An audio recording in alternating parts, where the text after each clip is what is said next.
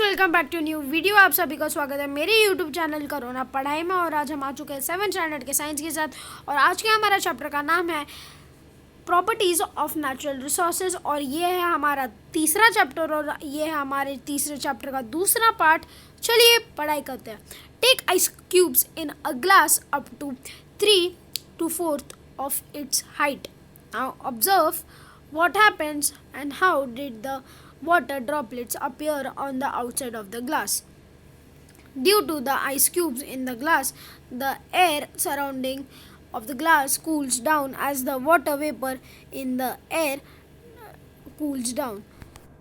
The condense and gets transformed into water. अभी यहाँ पे हमें क्या समझाया गया है, ये जो आइस क्यूब्स है ये जो ग्लास के अंदर रखे हैं उसमें क्या होता है, आइस क्यूब्स जो ग्लास के अंदर रखे हैं ना उसके वजह से जो बाहर का टेम्परेचर है वाटर वेपर का वो ठंडा हो जाता है आइस क्यूब्स के टेम्परेचर के वजह से। और जो वाटर वेपर है वो तो गैस के स्टेट में है, पर जब उसको और ग्लास के अंदर जो उसको ठंडी आइस मिल जाती है और ग्लास के बाहर जो वाटर वेपर रहता है उसको ठंडा ही मिल जाती है, तो वो क्या करता है, कंडेंसेट हो जाता है, वो ठंडा हो जाता है। और आपको जैसे पता ही है वाटर वेपर ठंडा होने के बाद पानी में चेंज होता है। तो आप कोई भी ठंडा पानी अगर आप आपके बॉटल या ग्लास में पीते हो तो अगर आप उसको 5-6 मिनट के बाद वापस जाते हो तो उसके ऊपर एक पानी की लेयर चढ़ी होगी। दोस्तों अभी हम आगे बढ़ेंगे। The level of humidity is different in different places. Similarly, the humidity levels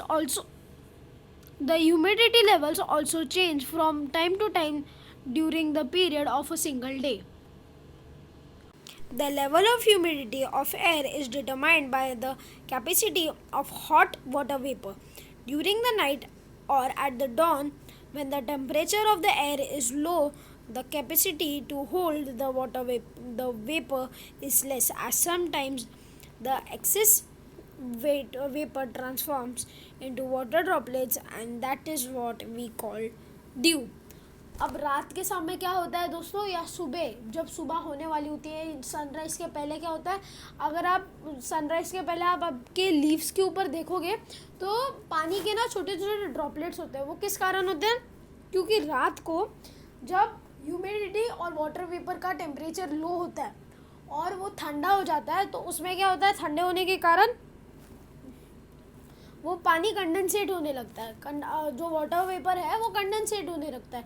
वो कंडेंसेट होगा तो पानी के फॉर्म में बनेगा।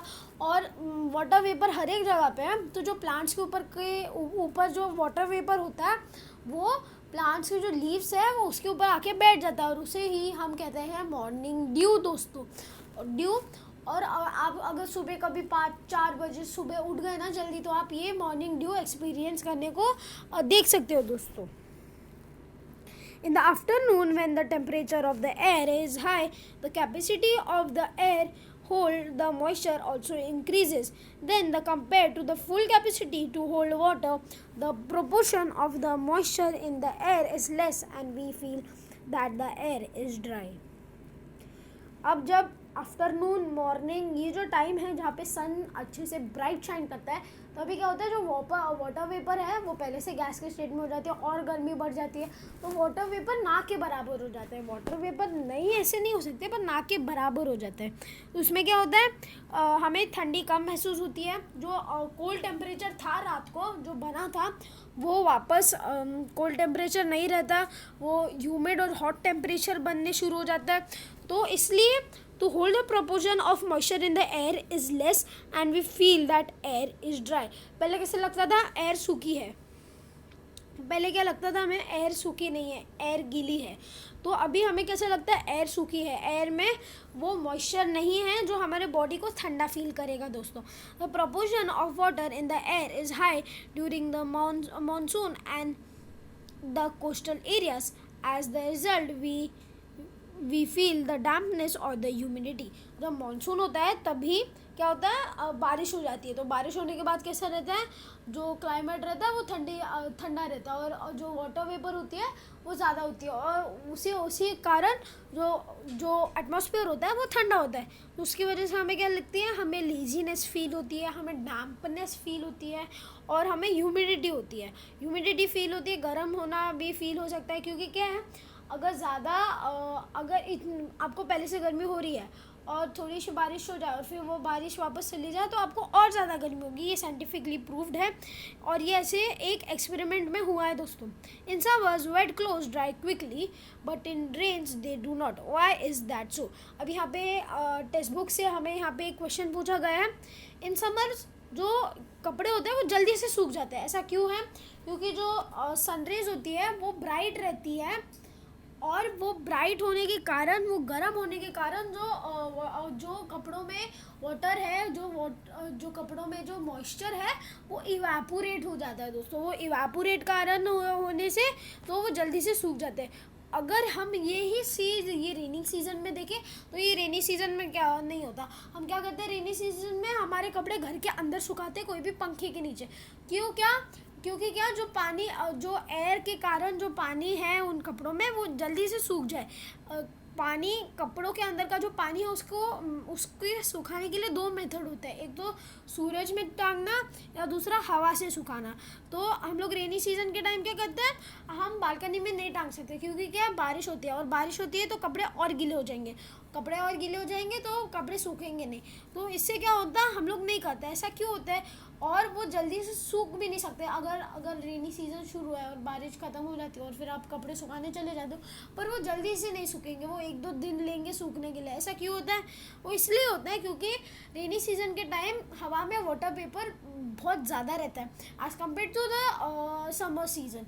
पर पहले से ही वाटर वेपर ज़्यादा होने के कारण जो कपड़े के अंदर जो वेपर है और जो मॉइस्चर है और जो पानी है उसे सूखने को टाइम लगता है दोस्तों। अभी हम यहाँ पे और एक्सपेरिमेंट्स देखेंगे। Dip an uncoated inverted empty bottle in an slanting position into the water in an wide container, what do you observe. अभी अगर हम एक बड़ी बॉटल लेंगे, एक बड़ा कंटेनर लेंगे, एक बकेट की तरह वो पूरा पानी से भर देंगे और जो बकेट में जो पानी से भरा है उसके अंदर हम बॉटल एक टिल्टेड पोजीशन में अंदर डालेंगे तो क्या होगा, पानी में जो बॉटल है उसमें हवा तो है, ये जो एरिया है ये है हवा का एरिया। पर जैसे ही हम इसमें ये डाल रहे हैं तो पानी क्या करता है, अपनी जगह बनाने लगता है हवा में, और जो बॉटल के अंदर की हवा है वो पानी से बाहर जाने लगती है। इसलिए हमें वो बुलबुले या बबल्स, वाटर बबल्स दिखने में आते हैं दोस्तों। ये बहुत अच्छा है और इसके वजह से हम ये देख सकते हैं वाटर और एयर के बीच में जो स्पेस डिफरेंस है और जो स्पेस पार्टिसिपेंट है वो कितना ज़्यादा इम्पोर्टेंट है दोस्तों। और अभी हम यहाँ पे आप और एक चीज़ ऑब्जर्व करोगे, ये जो बॉटल के अंदर, अब देखो मैं यहाँ पे डॉट्स मार रहा हूँ, ये डॉट्स है वो है हवा का पोर्शन, और यहाँ पे मैं और डॉट्स मारूँगा, ये है पानी का पोर्शन, जो पानी बॉटल के अंदर घुसने की कोशिश कर रहा है और वो घुस भी रहा है। पर जो हवा है, अभी देखो पानी तो घुस रहा है, हवा को जगह नहीं मिल रही, हवा क्या कर रहा है, हवा अपनी जगह छोड़ के कहाँ और ढूंढने चला जाता है दोस्तों। तो we come to know from the activity above that air has properties like occupying space। देखा, वो पहले एयर अपनी जगह पकड़ के रख रहा था, उसने कुछ स्पेस ऑक्यूपाई करके रखी थी। having a certain volume, having a mass and having a weight। Air is a mixture of very fine particles of some gases, dust, smoke and moisture, where the ray of light on these minute particles, the minute particles spread the light in all the directions. The natural phenomena is called scattering of light। आज के लिए बस इतना ही। I hope आपको ये video पसंद आई होगी। अगर वीडियो पसंद आई होगी तो वीडियो को लाइक, वीडियो को शेयर और कमेंट्स में ज़रूर बताना आपको मेरा एक्सप्लेनेशन कैसा लगा, और चैनल को सब्सक्राइब ज़रूर करना। आज के लिए बस इतना ही, तब तक के लिए गुड बाय।